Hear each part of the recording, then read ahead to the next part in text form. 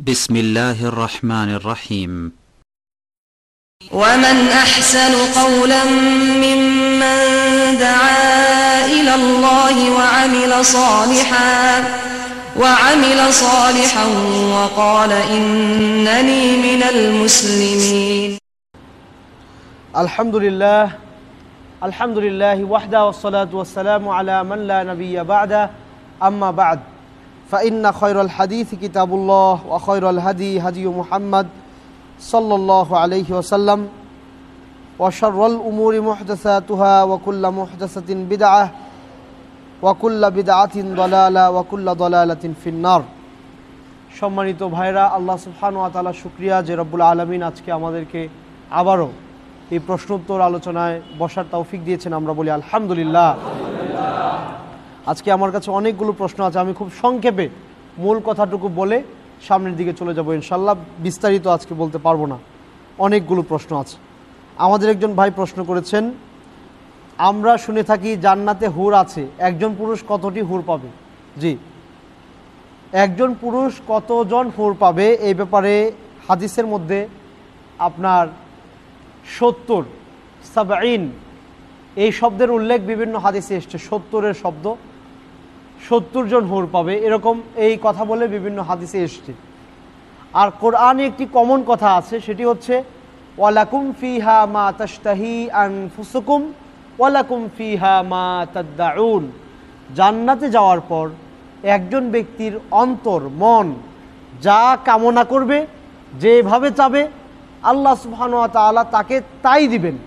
সুতরাং আপনি যতজন হুর চান, আল্লাহ সুবহানাহু ওয়া তাআলা আপনাকে ততজন হুর দিবেন ইনশাআল্লাহ। আল্লাহ কবুল করুন।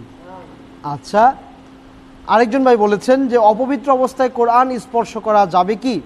জি, অপবিত্র অবস্থায় কোরআন স্পর্শ করা যাবে কিনা। অপবিত্রতা দুরকম, একটা হচ্ছে এমন অপবিত্রতা যেটার জন্য গোসল করতেই হবে, আরেক রকমের অপবিত্রতা হচ্ছে যে অজু নাই, অজু দরকার। যদি গোসল আপনার উপর ওয়াজিব হয়, এমন অপবিত্র অবস্থায় কোরআন টাচ করা যাবে না, কোরআন ধরা যাবে না। আর অজু ছাড়া, অজু নাই কিন্তু আপনি পবিত্র আছেন, অজু নাই, এই অবস্থায় কোরআন টাচ করা যাবে। আমরা বলি, অনেক বিদ্বান বলেন এই অবস্থায় কোরআন টাচ করা যাবে পড়ার জন্য। তবে এই কি বলে, অজু করে নিয়েই কোরআন ধরা উচিত, এটাই কোরআনের সম্মান বেশি আপনার হবে। তো যারা যারা বলে থাকেন যে আপনার অজু ছাড়া কোরআন ধরা যাবে, এই ব্যাপারটি হলো এরকম যে একজন ব্যক্তি বারবার অজু করবে, শীতকাল কিংবা ব্যস্ততার কারণে আপনি গাড়িতে বসে আছেন, অজু নাই, কোরআন পাশে আছে, সময়টা নষ্ট হচ্ছে, আপনি অজু করার চান্স পাচ্ছেন না। এই অবস্থায় কোরআন পড়াটা জরুরি আপনার জন্য, আপনি অজু ছাড়া কোরআন টাচ করে পড়তে পারেন। আর পবিত্র অপবিত্র দুই অবস্থাতেই কোরআনের তিলাওয়াত করা যাবে টাচ না করে। আপনার উপর গোসল ফরজ হলেও আপনি কোরআন তিলাওয়াত করতে পারবেন, শুনতে পারবেন, এতে কোনো সমস্যা নাই। আয়েশা রাদিয়াল্লাহু তাআলা আনহা বলছেন, কানান নবী সাল্লাল্লাহু আলাইহি ওয়াসাল্লাম ইয়াযকুরু রাব্বাহু ফি কুল্লি আহইয়ানিহি। আল্লাহ রাসূল সাল্লাল্লাহু আলাইহি ওয়াসাল্লাম তার রবকে সকল অবস্থায় স্মরণ করতেন, যে অবস্থাতেই থাকেন আল্লাহর স্মরণ করা যাবে। জাযাকুমুল্লাহ খায়ের। আরেকজন ভাই প্রশ্ন করেছেন, আজিজুল হক ভাই, আপনি লিখেছেন আল্লাহ সুবহানাহু ওয়া তাআলার কি আকার আকৃতি আছে?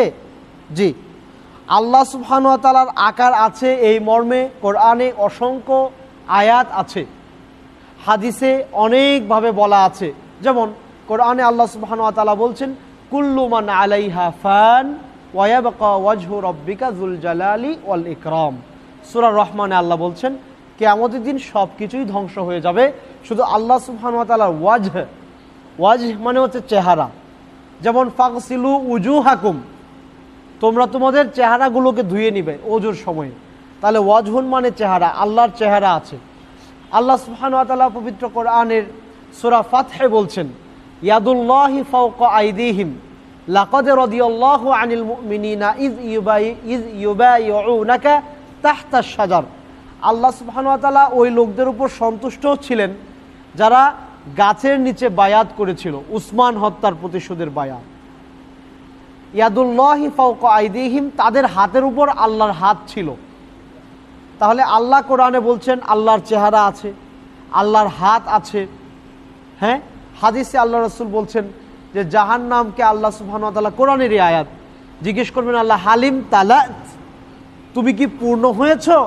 তখন জাহান্নাম উত্তর করবে হাল মিম মাজিদ, আছে কি অতিরিক্ত আরও কিছু, আমাকে দাও, আমার তো পেট ভরে নাই। তখন আল্লাহ সুবহানাহু ওয়া তাআলা, হাদিসে এসছে, আল্লাহ তার পা কদমকে সেটির মধ্যে চাপা দিয়ে ধরবেন। তখন সে বলবে কত কত, যথেষ্ট হয়েছে। তাহলে আল্লাহর পা আছে এটি বোঝা যায়। কোরআনে আল্লাহ সুবহানাহু ওয়া তাআলা বলছেন ইয়াউমা ইউকশাফু আন সাকি ওয়া ইউদআউনা ইলা সুজুদ, যে কিয়ামতের দিন আল্লাহ সুবহানাহু ওয়া তাআলা তার পায়ের গোছা উন্মুক্ত করবেন। তাহলে বোঝা গেল সাক মানে হচ্ছে পায়ের গোছা, নিসফে সাক বলে না, পায়ের গোছা। তাহলে এই আয়াতগুলো প্রমাণ করে আল্লাহ সুবহানাহু ওয়া তাআলার একটা আকৃতি আছে। কিন্তু আল্লাহ কোরআনে বলে দিয়েছেন লাইসা কামিসলিহি শাই, তার মতো কোনো কিছু হয় না, তার মতো, তার সাদৃশ্য কোনো কিছু নাই। আল্লাহ সুবহানাহু ওয়া তাআলার আকৃতি তার নিজের মতো। আমার হাতের মতো আল্লাহর হাত, এটি বলা কুফরি, এটি বলা যাবে না। আল্লাহর হাত আছে, পা আছে, চেহারা আছে, কিন্তু কেমন? তিনি যেমন তেমন, আমাদের মতো না, আমাদের হাতের মতো নাও হতে পারে। আমাদের হাতের মতো আল্লাহর হাত না, নাও হতে পারে না। আল্লাহর হাত আমাদের হাতের মতোই না, নাও হতে পারে, বলা যাবে না।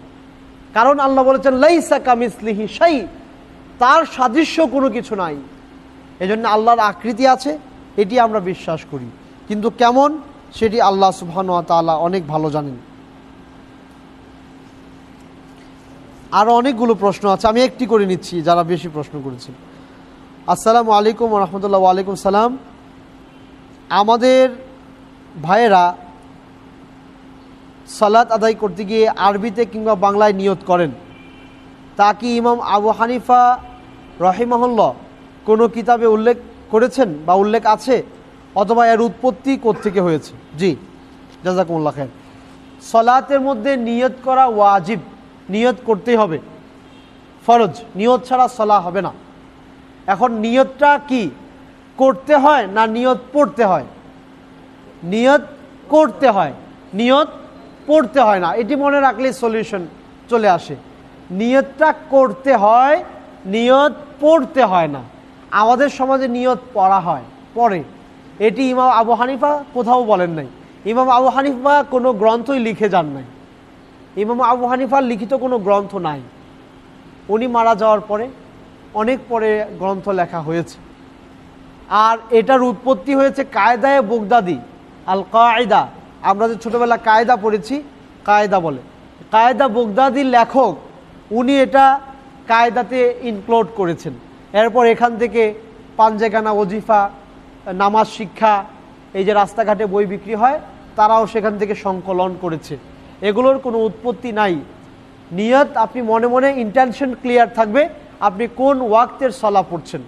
আপনি যখন ওযু করছেন তখনই তো আপনার ইন্টেনশন চলে আসলো আপনি কিসের সালাত পড়ছেন, সেটাই আপনার জন্য নিয়ত। মুখে নিয়ত পড়তে হবে না।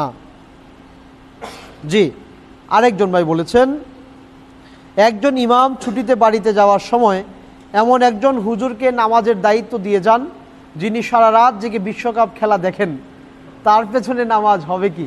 জাযাকাল্লাহ খায়ের। হ্যাঁ, কোনো ইমাম সাহেব যদি বিশ্বকাপ খেলা দেখেন, এটি নিঃসন্দেহে তার তাকওয়ার লেভেলটা কমে গিয়েছে, এটি প্রমাণ করে। কোনো একজন ইমাম যদি বিশ্বকাপ খেলা দেখেন, আমরা ধরে নিব তার তাকওয়াতে ঘাটতি আছে। আর ইমামতি, তাকওয়াতে যদি কারো ঘাটতি থাকে তাহলে তার পেছনে ইমামতি জায়েজ আছে। ইমামতি হবে না সেটি অবশ্যই বলা যাবে না, ইমামতি হবে, তবে তাকে আপনারা নসিহত করবেন যে আপনি কি দেখছেন, কাদেরকে সাপোর্ট করছেন, আল্লাহর সামনে কি জবাব দিবেন। অর্ধলঙ্গ মেয়েরা নাচানাচি করছে, সেটিও আপনি দেখছেন, আপনার পেছনে সালাত পড়তে তো আমাদের কষ্ট হয়। তাকে এভাবে বলেন, নসিহত করেন, ইনশাআল্লাহ। আরেকজন ভাই প্রশ্ন করেছেন যে একজন লোক দাড়ি রেখেছিল কিন্তু 2 মাস পরে দাড়ি ফেলে দিয়েছে, এটা কোন ধরনের পাপ? জি, দাড়ি রেখে দেওয়ার পরে যদি আবার শেভ করে ফেলে, এই কারণে এই ব্যাপারে দাড়ির ব্যাপারে যে মাসালা সেটি হচ্ছে যে দাড়ি রাখতেই হবে। দাড়ি রসুল রেখেছেন, সাহাবায়ে কেরাম রেখেছেন, আগেকার নবী রাসূলদের দাড়ি ছিল, সুতরাং দাড়ি রাখা জরুরি। এটি ইসলামের একটি গুরুত্বপূর্ণ বিধান। কেউ কেউ বলেছেন দাড়ি না রাখাতে গোনা নেই, এটি মানবিক একটি ব্যাপার, মানুষের তবিয়াগত ব্যাপার, স্বভাবগত ব্যাপার। কেউ যদি না রাখে সমস্যা নেই। কিন্তু অধিকাংশ উলামায়ে কেরাম, সমস্ত ইমামগণ একমত পোষণ করেছেন যে দাড়ি একেবারেই শেভ করে ফেলা গোনার কাজ, কবিরা গোনার কাজ। ওনারা কবিরা গোনা মানে গোনা ক্যাবির, যেটা আমাদের দেশে বলে কবিরা গোনা, বড় গোনা, বড় গুনাহের কাজ। এজন্যে আমরা জানি না আল্লাহ সুবহানাহু ওয়া তাআলার কাছে কিয়ামতের দিন জবাবদিহি করতে হবে কিনা। তবে কেউ যদি আল্লাহ রাসূলের সুন্নাহ অবজ্ঞা করে, আল্লাহ রাসূলের সুন্নাহকে ডিনাই করে, অস্বীকার করে কেউ যদি এটি করে, অবশ্যই এটি অনেক বড় গুনার কাজ এবং এই অপরাধীকে আল্লাহ সুবহানাহু ওয়া তাআলা ধরবেন। আর যদি কোনো ব্যক্তি এমনিতেই শেভ করলো, কোনো কারণ নাই, এমনি ভাল লাগে করছে, উনাকে আল্লাহ সুবহানাহু ওয়া তাআলা কিয়ামতের দিন ধরবেন কি না, ধরবেন এ ব্যাপারে স্পষ্ট কোনো কথা আমি জানি না।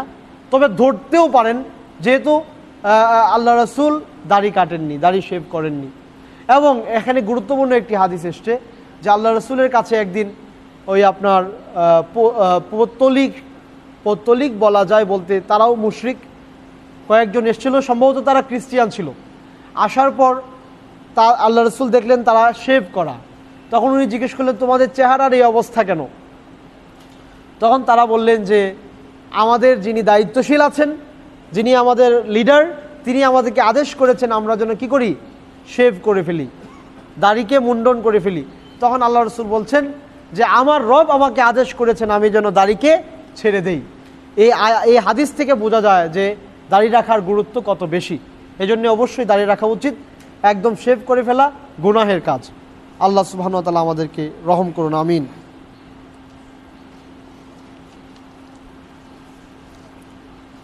আরেকজন ভাই প্রশ্ন করেছেন, আমাদের মসজিদের সবাই মিলে ইমামতির দায়িত্ব দিয়েছিলাম একজনকে, এখন তার অনুমতি ছাড়া যদি অন্য কোনো ব্যক্তি ইমামতি করে তার পেছনে নামাজ হবে কি?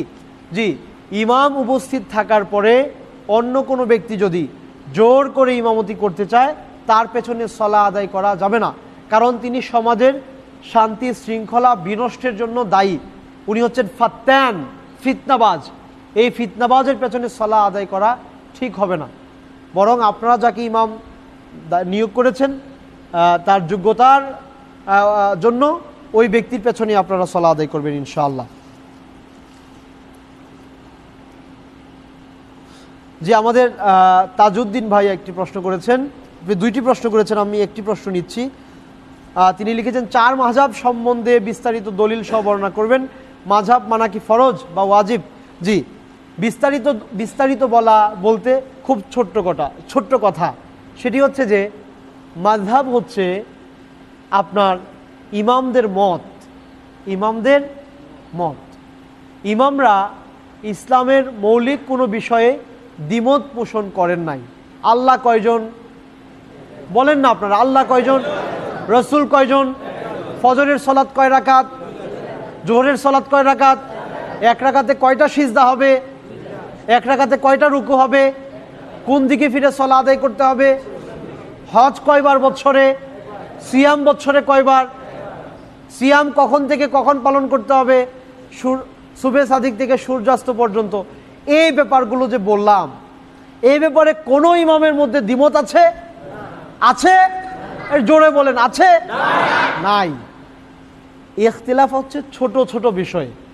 হাতটা কোথায় বাঁধবেন, বুকের উপরে না নাভির নিচে? আমিনটাকে আস্তে বলবেন নাকি জোরে বলবেন? এই ছোটোখাটো কিছু ব্যাপারে ইখতিলাফ হয়েছে, কারণ ওনাদের সময়ে হাদিসের ব্যাপকতা এত বেশি ছিল না। ওনারা যে হাদিস পেয়েছেন সে হাদিসের আলোকে ফতোয়া দিয়েছেন, আর বলে গিয়েছেন আমার কথা যদি সহিহ হাদিসের বিপরীতে হয় তাহলে সেটাকে তোমরা দেয়ালে ছুঁড়ে মারবে। ইজা সহাল হাদিসু ফাহুয়া মাযহাবি, আমার কথার পরে যদি তুমি কোনো সহিহ হাদিস পাও তাহলে ওই সহিহ হাদিসটাই আমার পথ। তাহলে তো আমি তো দেখি 4 ইমাম একই মতের। যখন সহিহ হাদিস পাওয়া যাবে সেটি হচ্ছে আমাদের কি মত ওনারা বলে গিয়েছেন। সুতরাং মাযহাব নিয়ে তো ঝামেলার কিছু নাই। 4 জন ব্যক্তি 4টা মত পোষণ করেছেন। এখন আপনি দেখবেন 4 জন ব্যক্তির মধ্যে সহিহ হাদিসের সাথে মিলে কার কার মত, তাদেরটা গ্রহণ করবেন।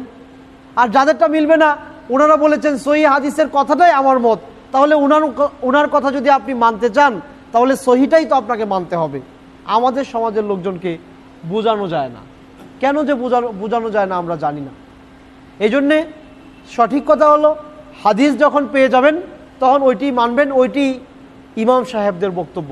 আল্লাহ সুবহানাহু ওয়া তাআলা আমাদেরকে তৌফিক দান করুন, আমিন।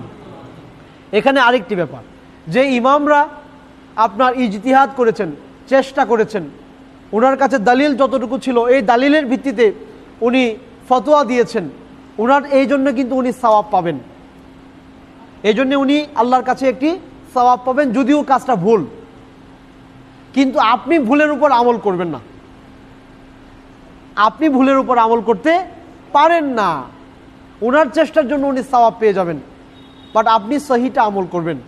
যেমন ধরেন ওনার ভুলের জন্য উনি কিভাবে সওয়াব পাবেন। আল্লাহ রাসূলের হাদিস, আমি একটি এক্সাম্পল দিচ্ছি।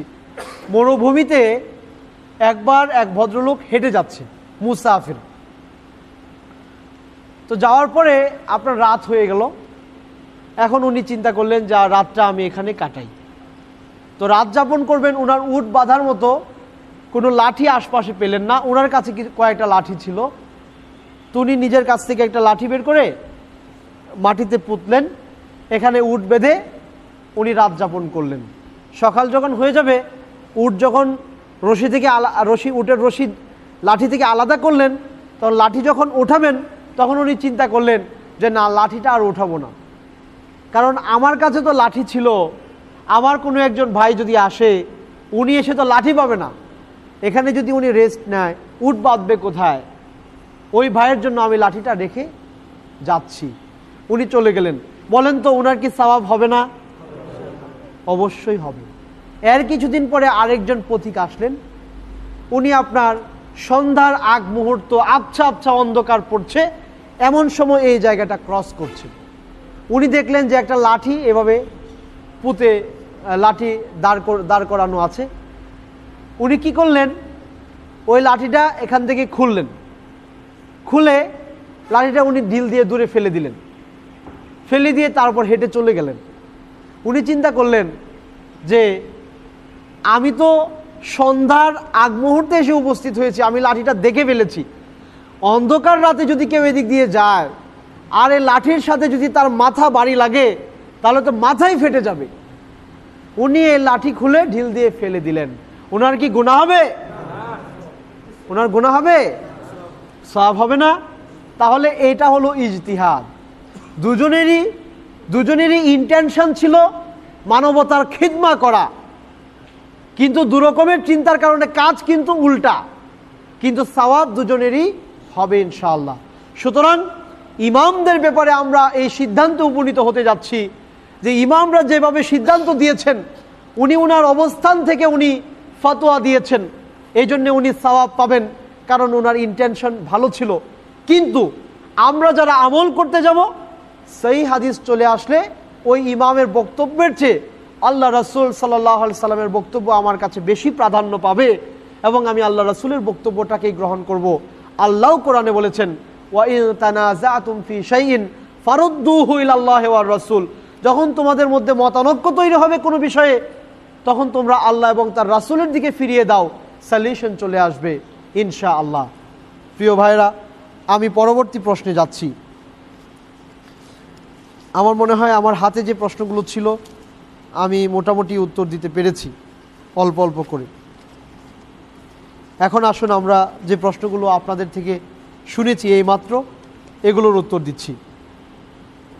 একজন ভাই প্রশ্ন করেছেন যে ইফতারের দোয়া আল্লাহুম্মা লাকা সুমতু ওয়া আলা রিজকিকা আফতারতু, এই দোয়া ছাড়া ইফতারের জন্য কি কোনো দোয়া আছে? জি, আল্লাহুম্মা লাকা সুমতু, হে আল্লাহ আপনার জন্যই আমরা রোজা রাখলাম এবং আপনার রিজিক থেকেই আমরা ইফতার করলাম, এই যে দোয়াটা, এই দোয়াটি আসছে হাদিসে। এই হাদিসটি হচ্ছে দাঈফ, দুর্বল একটি হাদিস। এই হাদিসটির ব্যাপারে মুহাদ্দিসগণ বলেছেন এটি একটি দুর্বল হাদিস। আমল ব্যক্তিগতভাবে করতে পারেন, তবে ইফতারের দোয়া হিসেবে নির্দিষ্ট করতে পারবেন না। এটি ইফতারের দোয়া, এভাবে নির্দিষ্ট করাটা আপনার জন্য একটু বাড়াবাড়ি হবে, যেহেতু হাদিসটা সহিহ না। আপনি ব্যক্তিগতভাবে আমল করতে পারেন, আমরা নিষেধ করব না, কিন্তু ইফতারের দোয়া হিসেবে আপনি এটি চালিয়ে দিলে আপনি একটু বাড়াবাড়ি করলেন। ইফতারের আরেকটি সহিহ দোয়া আছে। আল্লাহ রাসূল ইফতার করে বলতেন, জাহাবাজ জমা ওয়াবতাল্লাতিল উরুক ওয়া সাবাতাল আজরু ইনশাআল্লাহ। আমাদের দেশের 99% মানুষ এই দোয়াটি জানে না, কারণ ওনারা ইফতারের দোয়া হিসেবে আল্লাহুম্মা লাকা সুমতু ওয়া আলা রিজকিকা আফতারতু ওইটিই জানে, প্রচলিত। আফসোস, আমাদের দেশে ইসলামের বিধান, ইসলামী আমল, যে জিনিসটা যত বেশি প্রচলিত সেটা তত বেশি দুর্বল, সেটা তত বেশি ভিত্তিহীন, সেটা তত বেশি এটার পায়ের তলায় মাটি নাই। নাউযুবিল্লাহি মিন যালিক। আফসোস, আমাদের দেশের মানুষদের অবস্থা হচ্ছে এমন। জাহাবা জমা, আল্লাহ রাসূল বললেন যে ক্লান্তি শ্রান্তি দূর হয়ে গিয়েছে। ওয়াবতাল্লাতিল উরুক, শিরা উপশিরা সিক্ত হয়ে গিয়েছে। ওয়া সাবাতাল আজরু ইনশাআল্লাহ, আর আল্লাহ সুবহানাহু ওয়া তাআলার কাছে এর প্রতিদানও নির্দিষ্ট হয়ে গিয়েছে। সুবহানাল্লাহ। এভাবে আল্লাহ রাসূল ইফতারের পরে দোয়া করতেন। আরেকজন ভাই প্রশ্ন করেছেন, গর্ভবতী মায়ের রোজার হুকুম কি? জি, গর্ভবতী মায়ের রোজার হুকুম অসুস্থ ব্যক্তির হুকুমের মতো। অসুস্থ ব্যক্তির হুকুমের মতোই হচ্ছে গর্ভবতী মায়ের রোজার হুকুম। ওয়া ইন কুনতুম মারদা আও আলা সাফারিন ফাইদ্দাতুম মিন আইয়ামিন উখর। আল্লাহ সুবহানাহু ওয়া তাআলা সূরা বাকারায় বলছেন, তোমাদের কেউ যদি সফরে থাকে অথবা অসুস্থ থাকে, সেজন্য অন্য দিনগুলোতে এই সিয়ামগুলো আদায় করে নেয়। ওনার গর্ভাবস্থায় ওই মা যদি বেশি কষ্ট অনুভব করেন, বাচ্চার ক্ষতি হতে পারে, নিজের স্বাস্থ্যের ক্ষতি হতে পারে, এই অবস্থায় উনি সিয়ামগুলো ভঙ্গ করবেন, পরবর্তী সময়ে এগুলো আদায় করে নেবেন ইনশাআল্লাহ। আরেকজন ভাই প্রশ্ন করেছেন, বাসায় একাকী তারাবি পড়লে নিম্নস্বরে পড়ব নাকি জোরে জোরে পড়ব? জি, এই ব্যাপারে আবু বকর রাদিয়াল্লাহু তাআলা আনহু এবং উমর রাদিয়াল্লাহু তাআলা আনহুর দুটি আমল উল্লেখ করতে পারি। আবু বকর রাদিয়াল্লাহু তাআলা আনহু খুব আস্তে আস্তে আপনার তিলাওয়াত করতেন, উমর রাদিয়াল্লাহু তাআলা আনহু একটু জোরে তেলাওয়াত করতেন। উমর রাদিয়াল্লাহু তাআলা আনহু ভাবতেন যে আমি আল্লাহকে একটু জোরে পড়বো যাতে করে আশপাশের মানুষজন শোনে, ঘুম থেকে উঠে সালাত আদায় করে। আর আবু বকর রাদিয়াল্লাহু তাআলা আনহু মনে করতেন যে আমি খুব আস্তে পড়বো, অনেক আস্তে, যাতে করে আরেকজনের ডিস্টার্ব না হয়। দুজনেরই চিন্তা সুন্দর। আল্লাহ রাসূল আবু বকরকে বললেন তুমি আরেকটু জোরে পড়ো, উমরকে বললেন তুমি আরেকটু আস্তে পড়ো। তার মানে খুব জোরেও না, খুব আস্তেও না। এভাবে আপনি বাসায় সালাত আদায় করতে পারেন। জাযাকুমুল্লাহ খায়র। আরেকজন ভাই প্রশ্ন করেছেন, মহিলারা মেডিসিন গ্রহণ করে তাদের মাসিক যে পিরিয়ড আছে সেটি বন্ধ রেখে সিয়াম পালন করতে পারবে কিনা? হ্যাঁ, আধুনিক যুগে যে পদ্ধতি আছে, এইভাবে ইচ্ছে করলে সে সিয়াম পালন করতে পারে, তার জন্য এটি জায়েজ আছে। তবে নিঃসন্দেহে এটি উত্তম হবে না, কারণ আপনার আল্লাহ সুবহানাহু ওয়া তাআলা আপনার জন্য, আপনার শরীরের জন্য যে স্বাভাবিক যে পদ্ধতি দিয়েছে, সে স্বাভাবিক পদ্ধতির বাহিরে গেলে এটি আপনার শরীরের জন্য ক্ষতিকর হতে পারে। সুতরাং আল্লাহ সুবহানাহু ওয়া তাআলা যেখানে আপনাকে রুখসা, ছাড় দিয়েছেন, আপনি সেটিকে গ্রহণ করবেন না কেন? আয়েশা রাদিয়াল্লাহু তাআলা আনহা কি বলতেন জানেন? আয়েশা রাদিয়াল্লাহু তাআলা আনহা বলতেন যে মা কাদাইতু সিয়াম রমাদান, আল্লাহ রাসূল, আমি রমাদানে যে সিয়ামগুলো আমার বাদ পড়ে যেত সেগুলো আমি আদায় করতে পারতাম না, হাত্তা ফি শাহরে শাবান, এমনকি শাবানে আমার শাবান মাস হয়ে যেত, আমি শাবান মাসে গিয়ে আদায় করতাম। প্রায় 10 মাস উনি পারতেন না। উনি বলতেছেন যে আশুকলু মিন রাসূলিল্লাহ আও বি রাসূলিল্লাহ সাল্লাল্লাহু আলাইহি সাল্লাম, উনি বলছেন যে আল্লাহ রাসূলের ব্যস্ততার কারণে, আল্লাহ রাসূলের জন্যই আমার ব্যস্ততা ছিল, এই কারণে আমি সিয়াম পালন করতে পারতাম না, আমি শাবান পর্যন্ত সেটিকে পিছিয়ে দিতাম। তো এই জন্যে ছাড় আছে।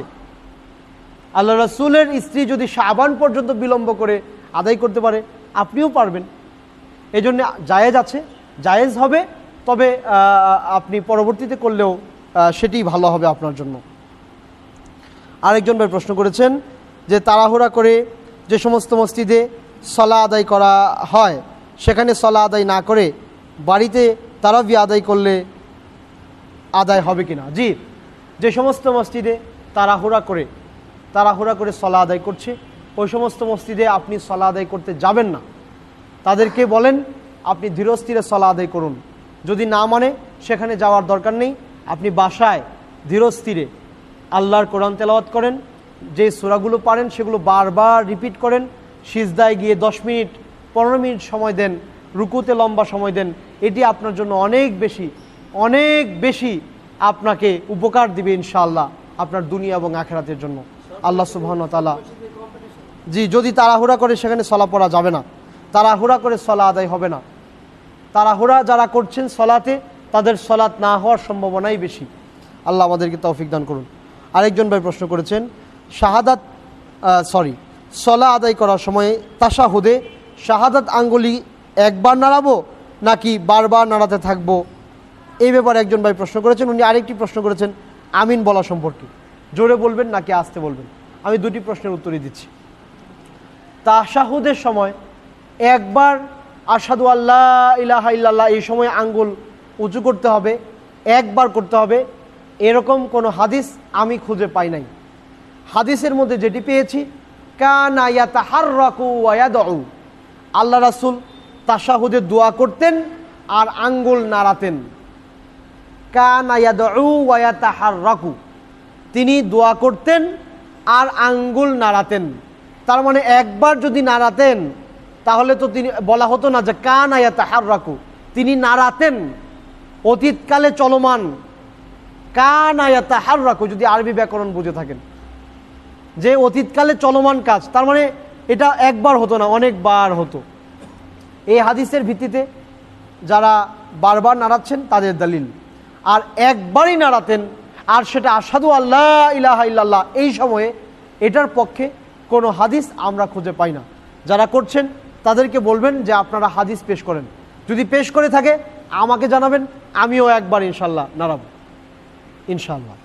আর আমিন জোরে বলার ব্যাপারে আল্লাহ রাসূলের যুগে মসজিদে আল্লাহ রাসূল সাল্লাল্লাহু আলাইহি ওয়াসাল্লামের সাহাবারা আমিন জোরে বলতেন এবং আস্তে বলতেন, দুই মর্মেই হাদিস বর্ণিত আছে। আস্তে বলার হাদিস সম্পর্কে মুহাদ্দিসগণ একটু দুর্বলতা পেয়েছেন। ইমাম তিরমিজি হাদিস বর্ণনা করে নিজেই মন্তব্য করেছেন এই হাদিসের সনদে দুর্বলতা আছে, উনি নিজেই বলেছেন, উনি নিজেই এই মন্তব্য করেছেন। আর জোরে বলার ব্যাপারে গুঞ্জরণ হয় এমন আওয়াজে আপনার আমিন বলার ব্যাপারে অনেকগুলো হাদিস এসছে, এই হাদিসগুলোর সনদ শক্তিশালী। এজন্যে যারা জোরে বলে আমিন তাদেরকে আপনি নিষেধ করতে পারবেন না। আর আপনি যদি আস্তে বলেন তাহলে আপনার সলাত হবে না, সেটি বলা যাবে না, সলাত হবে। তবে জোরে বললে যে একটি সুন্নাহ আর আমল হতো, সেটির আমল থেকে আপনি মাহরুম হচ্ছেন, সওয়াব একটু কম হতে পারে। আল্লাহ আমাদেরকে তৌফিক দান করুন, আমিন। আরেকজন ভাই প্রশ্ন করেছেন, ওয়াক্ত শুরু হলে আজান না শুনে সালাত পড়া যাবে কি? জি, ওয়াক্ত শুরু হয়ে যাওয়ার পর ইন্নাস সালাতা কানাত আলাল মুমিনিনা কিতাবাম মাওকুতা, সালাত আল্লাহ সুবহানাহু ওয়া তাআলা নির্দিষ্ট ওয়াক্তে বান্দার জন্য ফরজ করেছেন। ওয়াক্ত হলেই আপনি সালাত আদায় করে ফেলতে পারবেন। তবে আপনি যদি আজান না শুনেন, আজান দিয়ে জামাতের সাথে সালাত আদায় করেন, এমন দূরবর্তী স্থানে আপনি থাকেন যেখান থেকে আজান শোনা যায় না, সেখানে আপনি আজান দিয়ে তারপর জামাতে ইকামত দিয়ে তারপর জামাতে সালাত আদায় করবেন ইনশাআল্লাহ। আরেকজন ভাই প্রশ্ন করেছেন, মৃতের জন্য করণীয় কি? আমাদের দেশে মৃতের জন্য যে কোলখানি করা হয় সেটি শরীয় ভিত্তি কি? জি, মৃতের জন্য করণীয় হচ্ছে তার সন্তান তাদের জন্য দোয়া করবে। আল্লাহ রাসূল বলেছেন, সালাসাতু ইযা মাতাল ইনসান ইনকাতা আমালুহু ইল্লা মিন সালাসিন, মানুষ যখন মারা যায় তখন তার যাবতীয় আমল বন্ধ হয়ে যায়, 3 ব্যক্তির আমল জারি থাকে। মিন সাদাকাতিন জারিয়া, সে ভালো সদকায়ে জারিয়া করে গিয়েছে, একটা মসজিদ করে গিয়েছে, একটি গাছ লাগিয়ে গিয়েছে আল্লাহর জন্য, মানুষ এখান থেকে উপকার নিচ্ছে, সালাত পড়ছে, এই সমস্ত কাজ করে গেলে সওয়াব পাবে কবরে থেকে। তারপরে আও ইলমিন ইনতাফা বি, এমন জ্ঞান যেটি তাকে উপকার দেয়। ইমাম বুখারী মারা গিয়েছেন, বুখারী লিখে গিয়েছেন, আমরা পড়ছি, আমল করছি, সওয়াব কবরে থেকে ওনার হচ্ছে। এরপরে আও ওয়ালাদিন সালিহিন ইয়াদউলা, ওই নেক সন্তান যে তার বাবা মায়ের জন্য দোয়া করে। এই 3টি আমল ছাড়া অন্য কোনো কিছু মৃত ব্যক্তি পাবে না। সুতরাং নেক সন্তান যদি বাবার মায়ের জন্য দোয়া করে সেটি কাজে লাগবে, দান করলেও কাজে লাগবে। এখন দানটি আমি কিভাবে করব? আল্লাহ রাসূল বলেছেন, মান আমিলা আমালান লাইসা আলাইহি আমরুনা ফাহুয়া রাদ্দুন, যে ব্যক্তি এমন কোনো কাজ করলো যে ব্যাপারে আমাদের কোনো নির্দেশনা নাই, আমাদের দিক নির্দেশনা আমরা দিয়ে যাইনি, সেটি পরিত্যক্ত। সুতরাং আপনি যে আপনার বাবার জন্য কুলখানি করছেন 7 দিনে কিংবা 40 দিনে, আল্লাহ রাসূল মারা যাওয়ার পরে আল্লাহ রাসূলের সাহাবায়ে কেরাম কি উট জবে করে কুলখানি করেছে কিনা আপনি একটু লেখাপড়া করেন। আবু বকর উমর মারা যাওয়ার পরে তার আত্মীয় স্বজনেরা কি কুলখানি করেছিল? আপনি একটু খোঁজ করে দেখেন, যদি পান আপনিও করেন, আমাকে দাওয়াত দিবেন, আমি যাব। আর যদি না পান তাহলে যদি আপনি করেন, এতে করে আপনার বাবা সওয়াব পাবে না, এটি হবে আপনার জন্য একটি পরিত্যক্ত কাজ। এই কাজের কোনো সওয়াব আল্লাহর কাছে আপনি পাবেন না। আল্লাহ সুবহানাহু ওয়া তাআলা আমাদের সবাইকে কবুল করুন, আমিন। আরেকজন ভাই প্রশ্ন করেছেন যে ব্যাংকে, সুদী ব্যাংকে লাভ না নিয়ে টাকা রাখা যাবে কিনা। যে সুদী ব্যাংকে টাকা রাখার ব্যাপারে মূলনীতি হচ্ছে, আপনার টাকা যদি ব্যাংকে রাখতে যাচ্ছেন নিরাপত্তার জন্য, আপনার যদি একেবারেই নিরাপত্তা না থাকে, বাধ্য হন আপনি, টাকা নষ্ট হয়ে যাওয়ার সম্ভাবনা থাকে, সেক্ষেত্রে আপনি ওখানে রাখতে পারেন। আর যদি আপনার অল্টারনেটিভ কোনো ওয়ে থাকে রাখার, অবশ্যই ব্যাংকে রাখা আপনার জন্য জায়েজ হবে না। কারণ তাআওয়ানু আলাল বিররি ওয়াত তাকওয়া ওয়ালা তাআওয়ানু আলাল ইসমি ওয়াল উদওয়ান। ব্যাংক বলতে সুদী ব্যাংক, সুদী ব্যাংক বোঝাচ্ছি।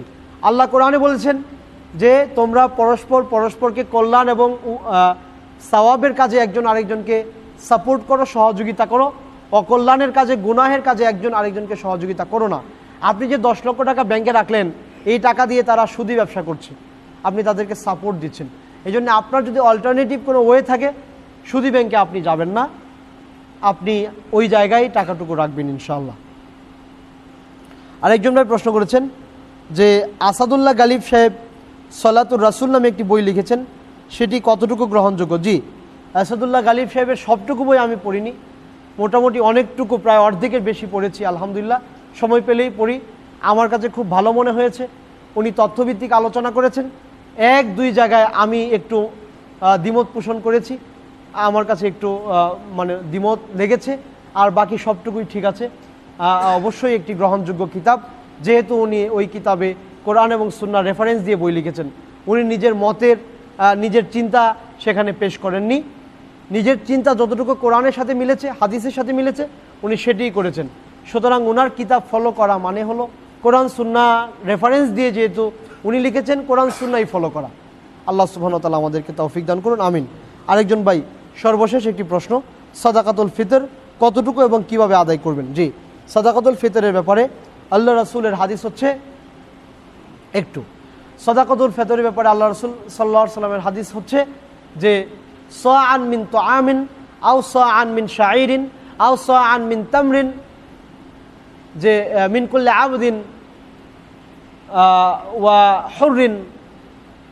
আল্লাহ রাসূল বলেছেন যে সাদাকাতুল ফিতর আদায় করতে হবে 100 পরিমাণ খাদ্যদ্রব্য, 100 পরিমাণ খেজুর, অথবা 100 পরিমাণ জব, অথবা 100 পরিমাণ খাবার। প্রত্যেক ব্যক্তি, সে গোলাম হোক, আব্দ হোক, বালেগ হোক, নাবালেগ হোক, সবার কাছ থেকে 100 সমান প্রায় 2.5 কেজি, প্রায় 2.5 কেজি খাদ্যদ্রব্য আদায় করতে হবে। এখন কথা হলো, খাদ্য আদায় করব নাকি টাকা পয়সা দিব? এই ক্ষেত্রে আল্লাহ রাসূলের যুগে দিনার দিরহাম কিন্তু ছিল, স্বর্ণ মুদ্রা ছিল, দিনার দিরহাম ছিল। আল্লাহ রাসূল দিরহাম বা দিনার দিয়ে আদায় করেননি, তিনি কিন্তু খাদ্যদ্রব্য দিয়ে আদায় করেছেন, খাবার দিয়েছেন। প্রায় 2.5 কেজি খাবার মিসকিনদেরকে আপনি দিয়ে দিবেন। 2.5 কেজি খাবার, সেটা চাল হতে পারে, ডাল হতে পারে, এটি হচ্ছে উত্তম পর্যায়ের আমল। এখন কেউ যদি চিন্তা করেন যে আমি টাকা দিব, 2.5 কেজি চালের যে দাম, সেই দাম আমি একজনকে দিয়ে দিব, তাহলে এখান থেকে সে বেশি উপকার পাবে, কারণ তাকে উপকার করাটাই তো আমাদের উদ্দেশ্য। এই চিন্তা করে আপনি আদায় করলে আমি মনে করি আদায় হয়ে যাবে ইনশাআল্লাহ। তবে উত্তম হবে খাদ্যদ্রব্য আদায় করা, খাদ্যদ্রব্য দিয়ে সাদাকাতুল ফিতর আদায় করা, যেটি আল্লাহ রাসূল করেছিলেন। ভাইজান কিছু বলতে চেয়েছিলেন? জি জি, সর্বশেষ বুঝতে পেরেছি। সর্বশেষ আরেকটি প্রশ্ন, জি বলেন।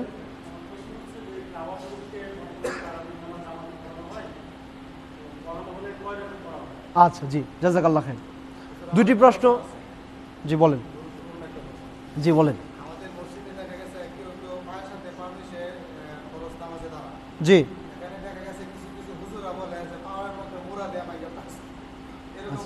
বুঝতে পেরেছি। হ্যাঁ,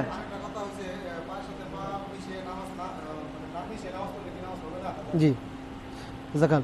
আচ্ছা, এই তিনটি প্রশ্নের উত্তর দিয়ে আমরা আজকে আর প্রশ্ন নিতে পারছি না সময় স্বল্পতার কারণে। ভাই প্রশ্ন করেছিলেন, জি জুমার সালাত, জি ভাই প্রশ্ন করেছেন যে জুমার সালাতের আগে এবং পরে, জুমার সালাতের আগে এবং পরে আপনার যে 4 রাকাত কবলাল জুমা এবং বাদাল জুমা বলা হয় সেটির ব্যাপারে মানে সুন্নাহ কি বলে। জি, মসজিদে জুমার দিন মসজিদে ঢোকার পরে কবলাল জুমা হিসেবে 4 রাকাতের যে সুন্নাতের যে প্রথা আমাদের দেশে চালু আছে, সহিহ কোনো হাদিসে আমরা এই সালাতের অস্তিত্ব খুঁজে পাই না। কেউ কেউ বলেছেন দুর্বল হাদিসে নাকি আছে, আমি হাদিসটা পাইনি, থাকতে পারে, তবে সহিহ হাদিসে অবশ্যই নাই। বরং মসজিদে ঢুকে আপনার উপর দায়িত্ব হচ্ছে 2 রাকাত দুখুলুল মসজিদ পড়বেন, এটি জুমার আগে সালাত। যে হাদিসটি আপনার সহিহ মুসলিমে এসছে, আল্লাহ রসুল একদিন খুতবা দিচ্ছিলেন, এমন সময় একজন সাহাবী মসজিদে ঢুকে বসে গেলেন। তখন আল্লাহ রসুল জিজ্ঞেস করলেন, আর রাকাতাইন, তুমি কি 2 রাকাত সালাত আদায় করেছো? ওই ব্যক্তি বললেন যে লা। তখন আল্লাহ রসুল বললেন, কুম, দাঁড়াও, ওয়াসাল্লি রাকাতাইন, এবং 2 রাকাত পড়ো। খুতবা দিচ্ছেন আল্লাহ রসুল এমন সময়ে। এই জন্য মসজিদে ঢুকে জুমার আগে 2 রাকাত সুন্নত আছে দুখুলুল মসজিদ। এছাড়া অন্য কোনো নফল সালাত আপনি যতক্ষণ চান পড়তে পারেন, কিন্তু আমাদের দেশে সময় নির্ধারণ করে 4 রাকাত কবলাল জুমা যারা পড়েননি পড়ে নেন, এইভাবে যে ঘোষণা করা হয়, এই ঘোষণা আল্লাহ রসুলের যুগে দেয়া হতো না। যাই হোক, এরপরে 4 রাকাত সালাতের ব্যাপারে হাদিসে স্পষ্ট আছে যে মান সল্লা আল জুমা ফাল ইউসাল্লি বাদাহা আরবাআন, যে ব্যক্তি জুমার সালাত আদায় করলো এরপরে যেন সে 4 রাকাত সালাত আদায় করে, সেটি স্পষ্ট হাদিসে এসছে, মুসলিমে হাদিসে এসছে। এখানে 2 রকমের ব্যাখ্যা এসছে, কোনো কোনো হাদিসে 2 রাকাতের কথা এসছে, কোনো কোনো হাদিসে 4 রাকাতের কথা এসছে। তো উলামায়ে কেরাম এভাবে ব্যাখ্যা করেছেন, বা মুহাদ্দিসিনগণ সাহাবীদের থেকে তাবিঈদের থেকে এভাবে ব্যাখ্যা গ্রহণ করেছেন। কেউ যদি মসজিদে সালাত আদায় করে সে 2 রাকাত আদায় করবে, আর যদি সে বাসায় চলে যায় সে 4 রাকাত আদায় করবে।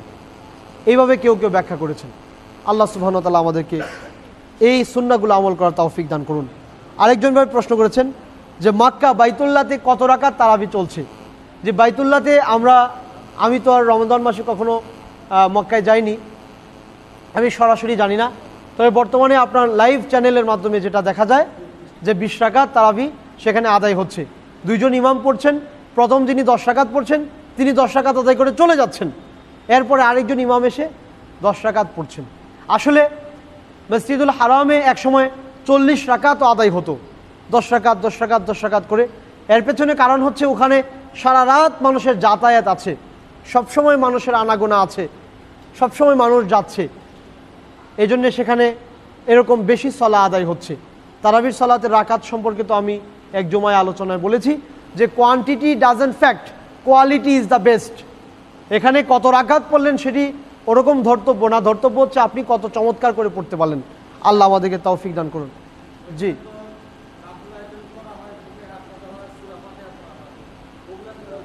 জি আমাদের ভাই বলছেন যে যারা 20 রাকাত তারাবি পড়ছেন তারা মক্কার এই 20 রাকাতকে দলিল হিসেবে পেশ করছেন, অথচ মক্কার যারা সালাত আদায় করেন তারা সবসময় সহিহ হাদিসের আলোকে জোরে আমিন বলছেন, বুকে হাত বেঁধে সালাত আদায় করছেন, যেগুলো সহিহ বুখারী এবং সহিহ গ্রন্থগুলোতে এই আমলগুলো এসছে। এগুলোর ক্ষেত্রে আপনারা কেন সেগুলোকে দলিল হিসেবে গ্রহণ করেন না? সুন্দর কথা বলেছেন।